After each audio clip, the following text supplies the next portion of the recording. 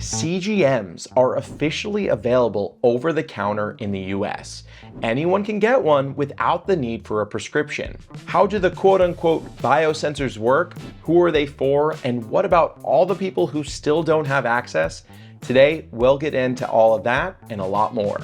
Welcome to the show. I'm Justin. I have type 1 diabetes, and on here I talk all things diabetes tech, news, and management with physicians, tech leaders, and those thriving with diabetes and using the tech themselves. 2 new biosensors have hit the market. Dexcom Stelo, meant for people with type 2 diabetes or pre-diabetes not using insulin, and Abbott's Lingo, a sensor designed for people who do not have diabetes. To dive into both of these sensors, I brought on 2 experts. First, we have Diana Isaacs returning to the show. She is a clinical pharmacist, and we have Jennifer Okema, a registered dietitian and the owner of a diabetes and nutrition private practice that has served people over telehealth since before it was trendy. Diana and Jennifer are both certified diabetes care and education specialists and work with patients and CGM data on a daily basis. The 3 of us get into how each of these sensors offer education and feedback to users differently, how athletes use CGM for training, and the potential disordered eating that could occur when less prepared users wear CGMs. Some quick housekeeping to stay up to date on the latest in diabetic content and diabetes tech news. Make sure you sign up for the Diabetic Roundup. It's our bi-monthly newsletter. There's a link to that in the show notes. And if you want to connect with other diabetechies like you, we have a community Discord. There are channels for just about every piece of diabetes technology where you can go talk to other people. We've got links to both of those. They're both free in the show notes. Keep in mind that anything you hear on this podcast or content on any of my pages is not medical advice and is for educational purposes only. Always consult with your physician before making changes to your healthcare. Welcome to the show, Diana. Welcome back. And Jennifer, it's great to have you here. I'm very excited to talk about this topic. But before we get into the details, I want to hear a little bit about your connection to CGM. So Diana, why don't you tell me about your background? So I'm a clinical pharmacist and a diabetes care and education specialist. I'm the director of education and training in diabetes technology at Cleveland Clinic. So I'm starting people on CGM all the time. I'm going through their data, using the data to make medication adjustments, to recommend lifestyle changes. And we also have classes and shared medical appointments utilizing all of this technology. Jennifer, what about you? Hi there. I have a interesting practice in the Seattle area. I have 3 brick and mortar clinics and telehealth since before telehealth was cool. We started in 2018. And we have a very innovative practice. We've been using CGM in primary care and in endocrinology. Pre-diabetes, pregnancy, we've been under a sort of umbrella of care from providers so that we can do that. And we've been assessing data, and very similar to Diana, we use the data to help motivate in behavioral changes. And we make recommendations on medications or insulin pump adjustments. We don't do that ourselves as registered dietitians and nurse diabetes educators. When you first heard that this was happening, that people would be able to forego getting a prescription, going to a doctor, and just be able to buy these online or at a store, what was your initial reaction? Diana, what about you? Yeah, I was really excited because to me that means it's going to be more accessible to people. So right now, not everyone has insurance coverage for it, or they do, and they have a high deductible and all these things. So I feel like it's going to be much wider availability. Yes, I was very excited. I think more information is great. Education comes with information, and I have concerns about it. But as far as accessibility goes, I just think it's about time. I think it's fantastic. So who is this opening access to? Who are the people that will be going out, or who you believe will be going out to get these? I can start. So I think it depends on the type. So definitely for the person that doesn't have insurance coverage. So for example, Medicare, the guidelines are you typically have to be taking insulin or having hypoglycemia despite medication adjustments. So there's a whole bunch of people that are not on insulin that would still benefit. And now at least they'll have an option to get it OTC, as well as commercial insurance varies and some still require multiple injections a day. So it's going to open the door for all of those people. In addition to that, though, when you look at one of the products available, the Lingo, it's really geared more toward athletes and people that are really into their health, like health gurus. And so that's kind of another target, people that don't have diabetes at all, don't even have pre-diabetes, but just want to learn more and improve their health. I'm seeing a lot of that in Seattle, Diana. A lot of techies. We have techies everywhere with Amazon and Microsoft and a lot of those companies. But there was early adoption from people without, without diabetes for sure, just for the interest sake of what the blood sugars are doing. The biosensors, as they're called.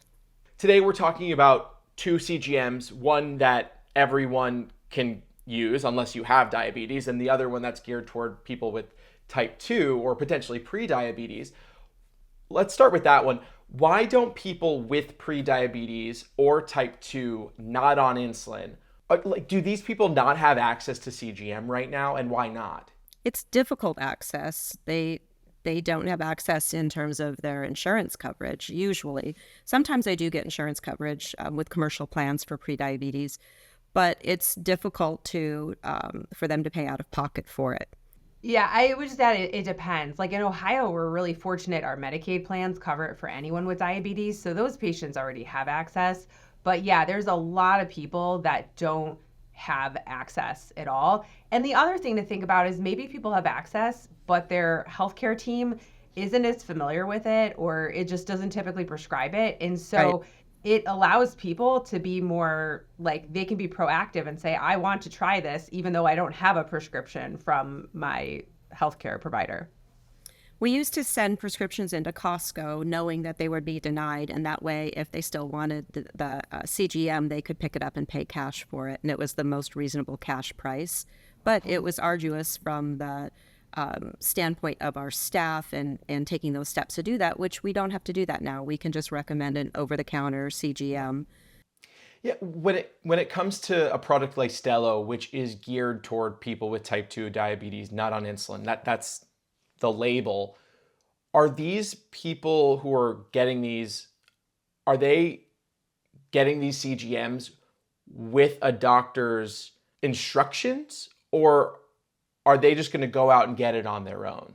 Well, I think we're going to see both of them happening. I think right now a lot of people are getting it out on their own. They're hearing about it online and other ways, and they're getting it on their own. But there are some definitely that it's being recommended because they don't have coverage. So I think we're going to see a wide mix of things. And Jennifer, what are your thoughts on that? One trend that I've seen that is a little bit concerning is I've seen people that are on insulin that they can't get their supply of their current sensor, or their provider is not prescribing a sensor, or something is not right in that system, in that process. And it's easier for them to just go onto the Stelo website and get the Stelo. It's not quite the product we would want them on. It's still information. But for somebody that's on insulin, that I'm seeing that trend as well. Are you seeing that, Diana? Yeah, I mean, unfortunately, that's what's accessible. And while I think that's better than nothing, it doesn't have any alerts for hypoglycemia. So that's really not going to be the optimal sensor. Right. So both sensors we're talking about today are considered biosensors. They don't go by the terminology continuous glucose monitor, even though that is what they are. Why do you think that these companies went with the term biosensor? I think they're tapping into the lifestyle, and I think they're trying to, lifestyle modifications, and they're trying to stay away from sheer glucose information. There's going to be accountability and liability with that, and it is a concern of mine as well, because it is a CGM. It does not tell you what your beta cells are or are not doing. It does not tell you whether a food is good for you or bad for you. But the information is right there in front of your face, and the data requires education. I suspect there's some regulatory involved in there too, in terms of getting approval, having a different label as an OTC product versus prescription. Did Lingo have to be FDA cleared to hit the market, even though it's not like a medical device, whereas, Stelo is for people with type 2?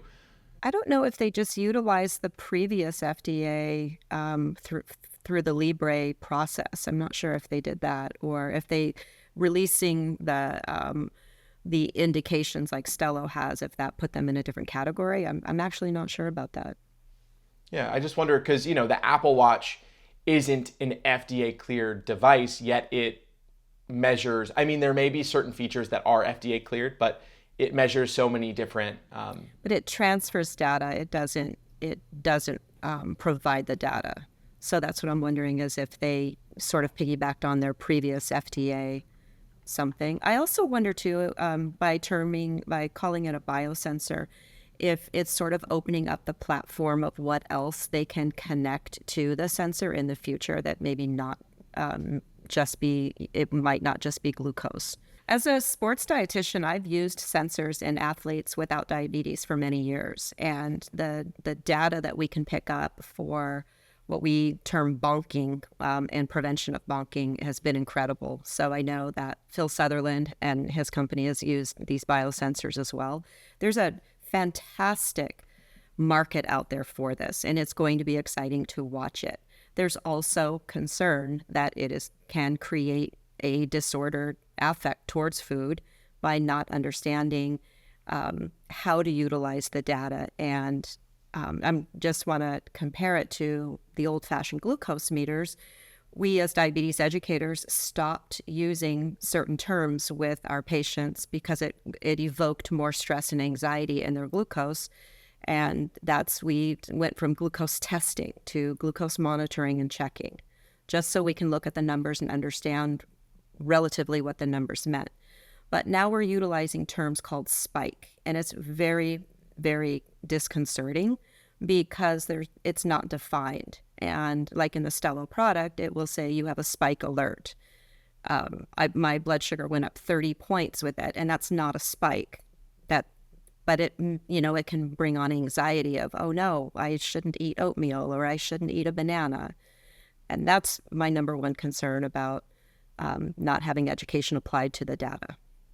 Yeah, before we get into those concerns, which I want to hear more about, you mentioned working with athletes with these sensors and bonking. Can you explain to us what bonking is and how these athletes are using CGM to train or understand their bodies? When I work with athletes, whether they're type 1 athletes, type 2 athletes, or no diabetes, we talk about pre-fuel, pre-hydration, event fuel, event hydration, and the post-event, refueling. So we divide that up into 3 different categories. And when you create a plan for somebody and they stick to a plan for their pre-fuel, pre-hydration, and then you have their event fueling system, if they are having issues, either GI issues of consuming certain products for their fueling, or they just don't think they need to fuel, then you can get into exercise-induced hypoglycemia regardless of diabetes whatsoever. And blood sugars can go down into the 50s. And that's not a dangerous thing. It's not, and that's another concern. I think Diana will touch on this, is the hypoglycemia, the perceived hypoglycemia. But in exercise-induced hypoglycemia, the available fuel sources to continue on with your event, whatever it might be. I just had a Ironman triathlete compete last weekend, and so we were very methodical on how he had type 1, so we're still fueling him as an athlete.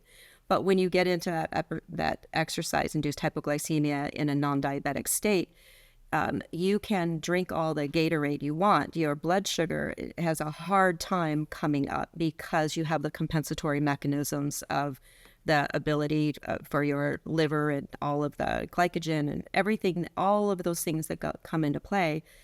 Insulin increases, everything increases, and you still don't have available fuel.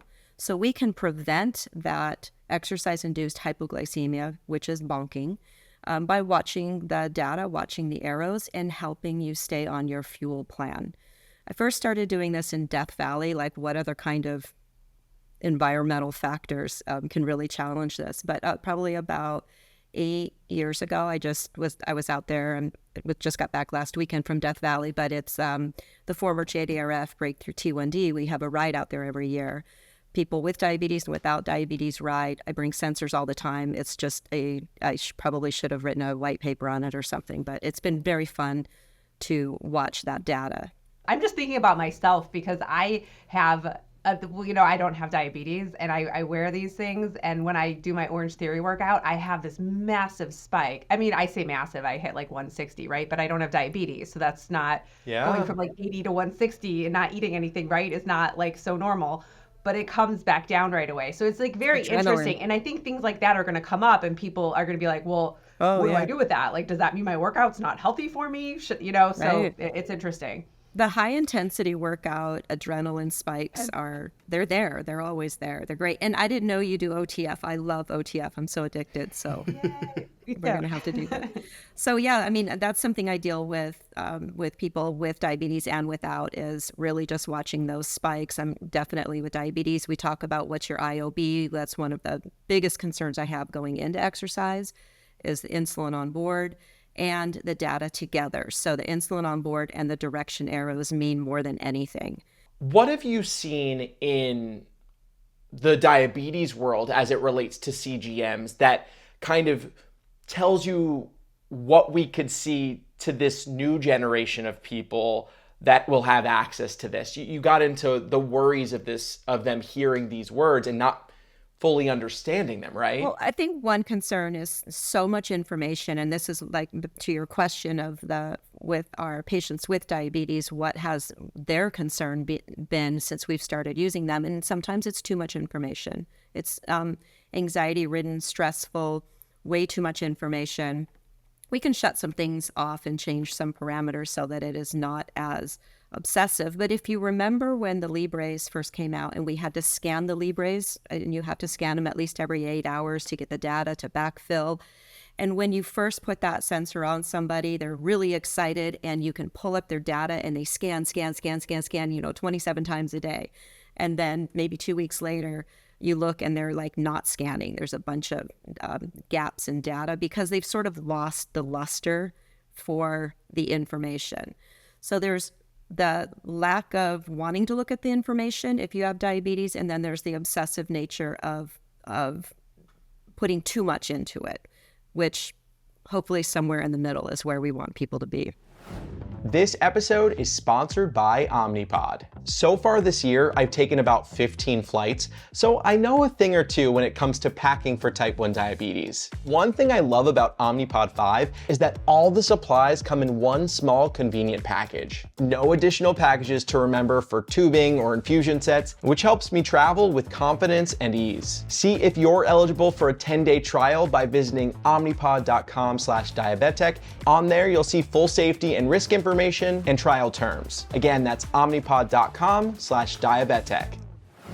I mean, diabetes, in a sense, is an eating disorder in the sense that I have to eat when I don't want to, or I don't want to eat, or because my glucose is high, I'm hungry, but I don't eat sometimes, right? Like it kind of is a bit of an eating disorder because of we call it survival. Disordered eating, by the way. As a dietitian, it's disordered eating. Eating disorders are diagnostic, but yes, there can be disordered eating, and we promote disordered eating to cram food down your throat to get you out of hypoglycemia. I have a glass of orange juice, which is essentially sugar. I like to eat healthy, but this is something I have to drink when I don't want to. So what have you seen in the diabetes space when it comes to disordered eating? Yeah, well, I think that the quest for like the perfect time and range can definitely lead to disordered eating. And a couple of things that come up regarding these OTC devices. So like with Lingo, for example, it is based on a point system. And so anytime, and points are not good in this case. So anytime that your glucose rises, you get points. And the thing is, it starts off, you get like 60 points, and then kind of the less points you get, your goal changes and it goes lower. So I can tell you my own experience, I was feeling kind of anxious, especially when my glucose did go higher and I knew I was accumulating points and there was like nothing I could do other than like, I can try to go for a walk, a run, drink more water. So that feeling was really like hard to deal with. It kind of made me think, I guess it's good for empathy, because like if someone's above their range and it's taking a while to come down, like how that person might feel. But another concern I have is just related to, so with the time and range goals, the Stelo is interesting because you can set a goal of 70 to 140, which is the goal for people without diabetes. And they recommend 96% in that range based on previous studies that have showed like healthy people, that was their range. And so I worry about this for multiple reasons. I don't know that we have enough evidence really on, especially a person with prediabetes, like is 96%, like do we need to be trying to aim for that? For the point system, I don't know, like getting 30 points a day is not going to lead to better health as opposed to if I'm 50 points a day. And it kind of leads to this of anything I eat with any type of carbohydrates will spike me. And so, or sorry, I shouldn't use that word spike, but it'll raise my glucose. And so it could lead a person without education to thinking things like eating hot dogs and bacon are good for you, and then eating like whole grains are not good for you. So I think the education piece, like we need our registered dietitians, we need Jennifer so badly, because the data by itself could just lead to totally the wrong direction.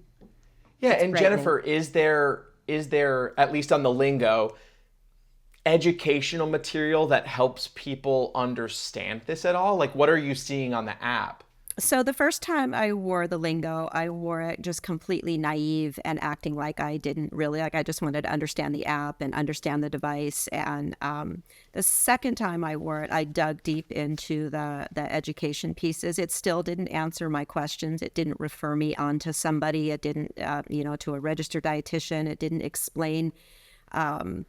I got 60 Lingo points assigned to me when I first started, just like you, Diana. And I was like, what does this mean? And I have to look under that area, the peak area of the graph. And I go to OTF and my blood sugar goes up because it's not because of food, it's because of adrenaline. It didn't tell me that. It doesn't tell me why it's going up. Caffeine without anything in it can raise your blood sugar because it's a drug. I mean, there's plenty of different things that it did not tell me the MARD. It did not tell me how accurate it was and what to consider. The years I've been using this in our population with prediabetes, we offer it in our prediabetes class. It's a cash pay system, so if they want to use a sensor, they can. And this is why I knew when these over-the-counter sensors came out that we were going to be dealing with this deluge of people that want more information, which is not a bad thing. But every time we put a sensor on somebody for prediabetes, we would end up getting a phone call because all of a sudden they were concerned about their blood sugar spiking. And we would literally talk them off of cliffs of, it's okay, do everything that you normally do. We're just looking at, your ability, your first phase insulin response, second phase insulin response, beta cell functioning. We're looking at other bio things that these sensors don't actually tell you. So we put it together in a report and walk them through the data to explain what's happening and why are you more insulin resistant in the morning? What can you do about that? Not you shouldn't eat a banana for breakfast or whatever. I mean, definitely we look at carbohydrate load. The biggest indicator of glucose is meal size. The biggest indicator, I'm saying it again, of glucose excursions is meal size. It is not, and meal size can be excessive carbs, but it can be meal size of anything. So that research goes way back. So I think with the Lingo specifically, I've had patients use the Lingo and give me their impressions of the Lingo, but they will tell me of a scenario and I can't go back and look at the data. I can't link it to LibreView. I can't go through their app. I can't look back through my Lingo data. I can't find what they're talking about. So it's frustrating. Yeah, Lingo truly is not a device made so that physicians or nutritionists or anyone can really go back and study data over time and changes. That's much more Stelo, which is why that's indicated for type 2 diabetes. Yeah. Well, my experience though is that with Lingo, I actually can go back in the tracing. You actually can go back previous days. Through the it's calendar. Not like pretty much you can't get it to LibreView. Right. But you can go back previous days versus Stelo. Actually, you are just seeing the last 24 hours, but you do get the time and range metric at the bottom and the average and everything. And you can connect it to Clarity. Yes, you can connect it to Which is Clarity. right. So That's what that, I guess that's my point. Yeah, I can go back yeah, on certain days in the calendar in the Lingo and I can look to see what happened on that day. but it's not easy to do, and it's It's not not pretty and easy lined and I up. can't Yeah, move a cursor. I can't see the elevations. I can't see the deltas as Yeah. well. So right. When it comes to Lingo, you brought up this 96% time in range. Is there data that backs up what Lingo is telling people is good and bad? So I am not aware of data for this point system. I mean, I'm assuming that they derived it from something, but I am not aware of kind of how they determined what their point system would be, because the thing is, can develop points even when you're in range. Like, even if you stay, you could stay 100% between 70 and 140, but you're still going to accumulate points anytime your glucose rises. So that's where it's really unclear to me that it's it's an issue, or it'll lead to better health if you just have a flat line and have 0 points. In fact, that I assure you that would lead to worse health if you had a flat line and 0 points. that's actually a really good point, Diana, because we run across that question all the time is people are talking about, well, I just, even in diabetes, I just don't want to have any bumps. I just want to have flat blood sugars. And they think that's the goal. But that's not the goal. When we get into our cars and drive, the fuel, you have to have a fuel gauge. You need to have a fuel gauge knowing that you have fuel available to function. And when you eat, you create fuel. That's not a bad thing. There's going to be hills, and that's okay. And I think if we can define spike a little bit better, or we can normalize the fact that you can have these hills. We've also noticed that in CGM use in non-diabetes, what we thought was normal might not actually ever have been normal. It might be perfectly normal to be 55, and that might not be hypoglycemic. I see that in athletes all the time. Yeah, what data are you hoping to see come out of more people wearing CGM, people without any form of diabetes? So I am hoping that it leads to more, this might sound bad, but it leads to more people that have prediabetes or have type 2 diabetes and don't know it, going to their healthcare provider and getting a proper diagnosis. So it's estimated to be that there's 38% of adults in the US that live with prediabetes, but so many of them have no idea that they have it. And so my hope is, by the awareness and people saying, hey, maybe I'll try this. And if they see that their numbers are much higher than it should be, we can't diagnose based on these devices, but hopefully that would prompt them to go to their doctor and get a lab test. And then if they get the diagnosis, they can get treatment and they can get education and everything. And let's remember, too, that prediabetes is diagnosed with a fasting plasma glucose elevated. But by the time that fasting plasma glucose is elevated, the postprandials have already been elevated. But we don't check those. We really should be doing oral glucose tolerance test as a gold standard. But who actually wants to do that? None of us, because it's disgusting. So if we have these sensors on people who are going in for their normal lab tests and the fasting is normal, but the postprandials are already elevated, we are catching prediabetes before we're catching prediabetes clinically. That's awesome. Can you explain that a little bit more, the plasma, for people who don't quite understand that? Usual diagnostic criteria for prediabetes or for diabetes is elevated fasting blood draws within a certain range. So if the fasting blood draw is above 100 to 125, then that's prediabetes. It's above 126, it's considered some type of diabetes. So if you have a fasting blood sugar that's normal, everything seems normal. 6 months later, you go back to your provider, you get another fasting draw, and it's maybe 115. A lot of times the providers say, "Oh, don't worry about it. You're fine." But if you have a sensor on, you're already going to be able to detect that your post-meal blood sugars are already struggling. That is the first sign of pre-diabetes. So I think I was caught in a system like this myself, because I went for at least a year of not feeling well and having symptoms. Actually, I was urinating way too much for like 3 years. Yeah. So, and doctors would sometimes mention my blood sugar was a little elevated, and other Don't worry times about it. say You'll it's be fine. fine. Don't worry about it. You'll be fine. And then I, of course, I eventually was misdiagnosed with type 2. And so I absolutely see the benefit of people putting these Yeah. on.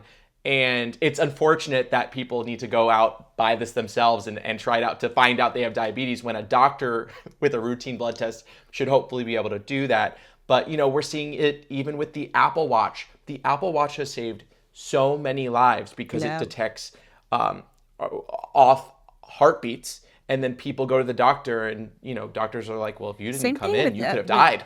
With sleep hygiene, Fitbits and the other things that for sleep hygiene, it's gotten patients to understand the importance of getting a sleep apnea test because they're looking at their sleep scores and they're not sleeping well. So I think that information is great, but I also think that with these, all of our populations running around that already have prediabetes and are not peeing as much as, are not as thirsty, and they're just not getting the physiological symptoms, but noticing, wow, my blood sugar goes up high after dinner every day. Maybe I should decrease the amount that I'm eating. Maybe I should, not have this or not. And however they assess that themselves, which is, great, but also a concern. But let's catch that now. Yeah. And you know what? These devices, glucose being tracked, may not be for everyone because it could cause them anxiety.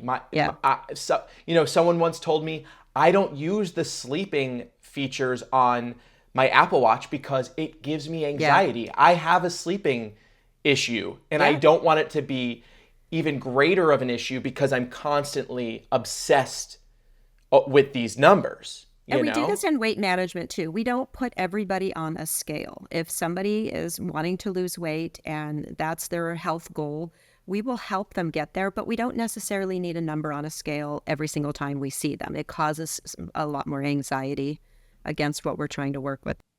I just want to add, I think that's one of the reasons the Stelo has gone with 70 is the low threshold, which I think is actually good, because if someone's not taking a drug that causes hypoglycemia, it's kind of nice they don't know. Like, they don't need to know if they're 56, 61. Like, it's 70. And so I'm hoping that will alleviate some of the anxiety. Yeah, and when it comes to Lingo, who does Abbott, the producer, who does Abbott say this is for? I think they're going for the general public for biosensor information. I think the Lingo is geared more toward athletes. I understand they were advertising like at the Chicago Marathon. I think their future product, the Rio, I think that one's going to be more targeted to people with type 2 diabetes or prediabetes that don't have insurance coverage for sensors. Today's episode is sponsored by T1D Exchange. You can directly make an impact on diabetes healthcare, treatments, and technology by participating in the T1D Exchange registry. It starts with a simple survey about your life with T1D, and it only takes about 15 minutes. After that, you'll have a personal portal with ongoing T1D study and survey opportunities. Plus, some of these studies even offer compensation. Signing up with the link in the show notes helps support my channel, and it allows me to continue putting out free content. You can sign up at t1dexchange.org/diabetic or click that link in today's show notes.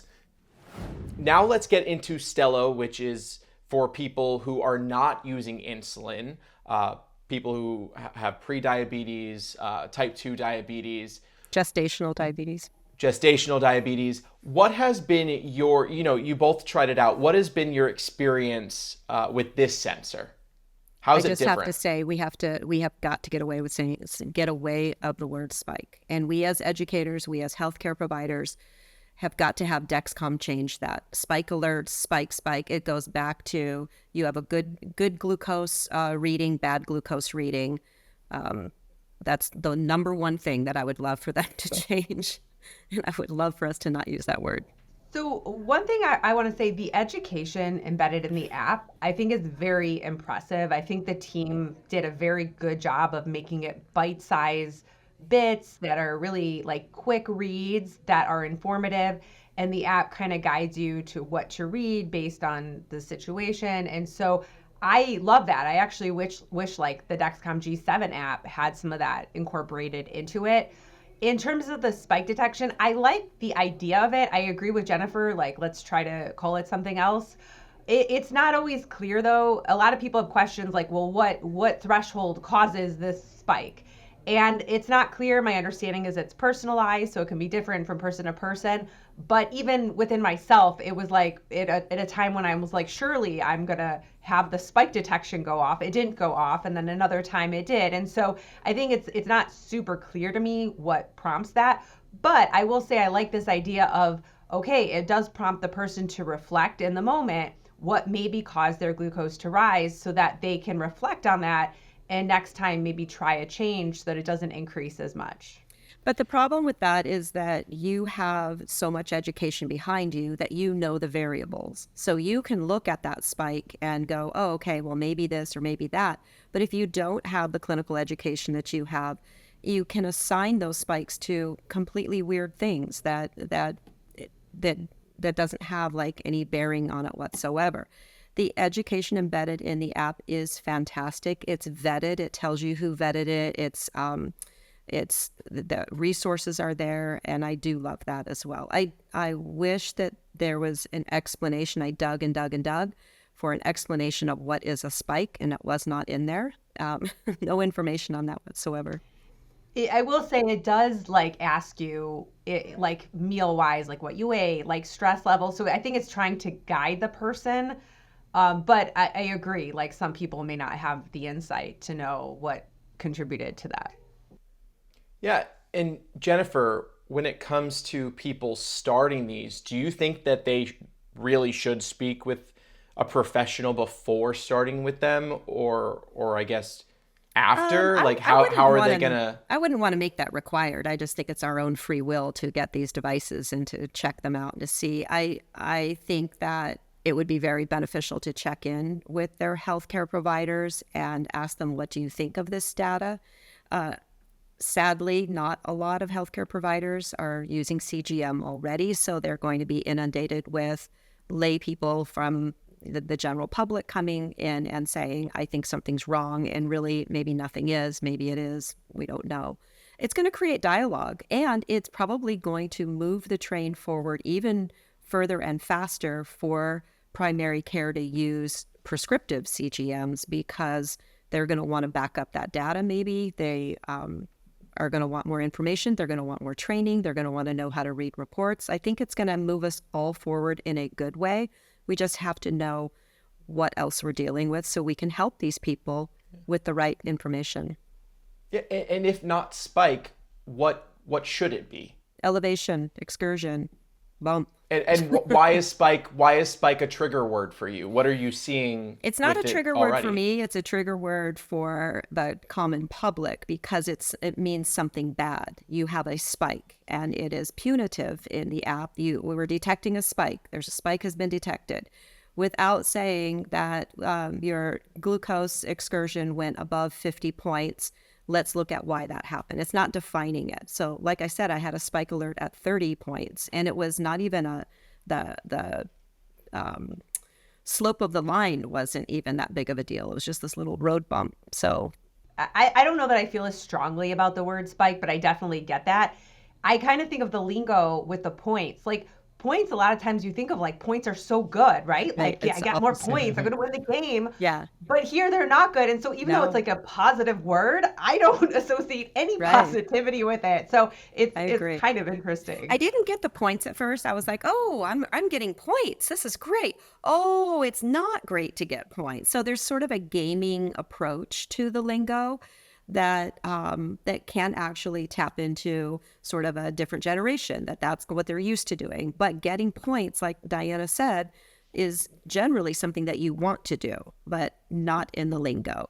Spike, I just think it's a word a lot like test, and we don't use that word anymore, test your blood sugar. So just check, monitor, excursion, elevation, something like that. With CGMs going over the counter, it also brings light to the fact that there are still so many people who don't have access to CGM or that have trouble getting access to CGM. myself, when I need to get a prescription or a prior authorization, it's a lot of work sometimes. Diana, what are your thoughts on the fact that people with type 1 sometimes have so much difficulty, yet there's this whole other market that's going to so easily have access? Right. So it's so complicated because I do wish that there was an option for people with type 1 or insulin, people taking insulin that need hypoglycemia alerts, that they could get it for the same price. I think it's a little different, like it's a 15-day, so you only need 2 sensors for 30 days. But unfortunately, we know the prescription product is typically more money, although when people have insurance, they pay less. And I think it goes to our whole healthcare system and how drugs and technologies and different things are inflated, and then insurance negotiates, and there's all this behind the scenes happening. But unfortunately, for the person that is going through all this and is just says, okay, I need to pay cash because I have no supplies while I'm waiting for all this to happen, they're going to end up needing to pay a lot more, hundreds and hundreds of dollars. And so that is certainly a concern. And when it comes to pricing, do you think that because all of these continuous glucose monitors, biosensors are coming out, could this drive down the price of the entire sector? Like, did this happen with blood glucose meters back in the day? Now you see them everywhere. They're over the counter. They're cheaper. Could this happen to CGMs? Well, it could, and I think it's already happening. So already, when you look over the years how the prices have come down and how Libre and Dexcom, the prices they are now compared to especially Dexcom, where that started at. And my understanding is they have been very competitive, and due to the increase in volume, they've been able to cut down the price, that it's actually making it difficult for other competition to enter the market space, because when you enter, you're not going to have that volume. You're going to have to sell for a higher price. And so it's very hard to be competitive. So I think they are doing that. And yeah, it's our hope it'll continue to come down. With BG meters, yes, we've seen them come down, although the test strips, they've kept the test strips still a little bit costly. And so, yeah. Jennifer, what do you think? What do you think we need to see? I think it's interesting here in the T1D community, the blogs and the discussion. Like I said, I was just at Death Valley with Breakthrough T1D, and there's this little bit of an edge of why do they get the sensors? Why, they don't even have diabetes. We have diabetes. And I'd say, well, if you have blood sugar, you have blood sugar. It doesn't matter whether you have diabetes or not, you can still sense blood sugar. But there is sort of this disconcerting feeling that, diabetes is expensive. It's not fair, and it's expensive. And our patients are having to pay vacation money for diabetes supplies. And then now there's this cute little thing on the market that you just want to try out. Oh, isn't that cute? And so I think that there's a little bit of disgruntlement in there, and I totally understand it. Why are these devices, if they're going to get out-of-pocket money over the counter, charge whatever you can get from fair market value. But for people with diabetes, it should not be costing as much as it does. There needs to be a differential there for, for healthcare costs. I totally get that. One thing I do want to add, though, is that there is, like with Libre, for example, when you have commercial insurance, like there is the $75 buy down. So most people, as long as they get a prescription, can get it for $75. And then there's also the GoodRx cards too. So even people with diabetes, like in a bind, they do have to get a prescription, but often they can get it for $75 or even less, versus these over-the-counter sensors are $99 a month, or they're $89 a month. So it is at least comparable. Yeah. It's not like they're selling them for giving them away for $25. Although, Diana, I'm not sure if you're talking pricing when you have health insurance, because without health insurance, the prices. Oh, okay. Sorry. If someone has no health insurance, they can still use the $75. And then with the GoodRx, anyone can use that. You don't need health insurance for that. So it is still, that is an option for people with no insurance. Okay, that's great. Jennifer, what change do you think we need to see in the CGM market? Well, we need to embrace it. It's there. It's happening. We need to embrace it. We need to be more educated than the general public so that we can have dialogue and conversation with them. We need to support them in positive talk on what that means, whether we explain that having extra points on a Lingo is not good, and don't worry about the term spike. This is what that actually is. They're here. They're here. We need to utilize them in the best way possible, and we need to apply education to it. And Diana, what would your advice be to someone who's, considering trying one of these over-the-counter sensors out? Well, I would say try it. It's a great experience, but I'm also sensitive to the fact that not everybody has $90 or $100 laying around to just try this for funsies, right? So while this is improving and enhancing access, this is definitely not the solution for all. And there's a lot of disparities with technology use. And so while this may help a little, there's still work to be done in this space. Also, since it's Halloween, I just want to explain that if you pop a sensor on and you just eat Halloween candy all day and you don't have diabetes, but you have robust beta cells, your blood sugar very well may not spike, may not go up because you have robust beta cells. It doesn't mean that eating Halloween candy all day is good for you. That's a great point. I will challenge that today. Well, thank you both for coming on. I'm excited and looking forward to seeing where all of this goes. I'm sure there will be a lot of interesting stories that come out of people using these. And I appreciate you two coming on and getting into this topic with me. Thank you for the opportunity, Justin. Diana, it's always a pleasure to work with you. And I think I'll see you in Chicago. Likewise. Thanks so much. Now I want to hear from you. What do you think of these CGMs? Will you try them? Have you tried them? Let us know your experience in the comments so far on YouTube. And if you're watching on YouTube, give this video a like. If you're not watching on YouTube, you should head over there. With these podcasts, you see even more visuals of the products we're talking about, and I drop even more videos on Fridays.